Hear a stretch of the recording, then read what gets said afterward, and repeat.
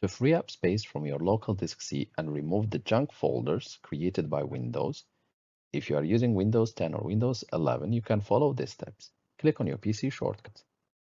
Click on your local disk C. Right-click with the button of the mouse and select Properties. Again, click on Disk Cleanup.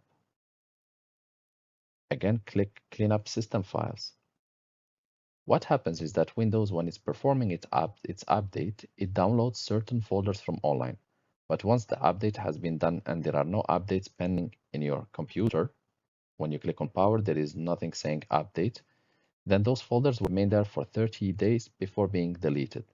You can anticipate that and delete them, and this won't impact your computer. It will just recover for you the free space which Windows has taken, as the updates were already done and they won't be impacted.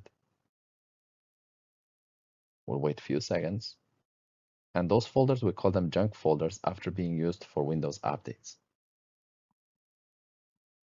As you can see, there is a file Windows Update Cleanup, and here I have several ones or several junk folders. So I can go ahead and click OK. Delete files. This will just recover the free space for you, but it won't impact the performance of your computer. So your computer will continue to work just fine. Certain times you need to wait up to 3 or 4 minutes before the process is completed, but once done, your computer space should be freed again.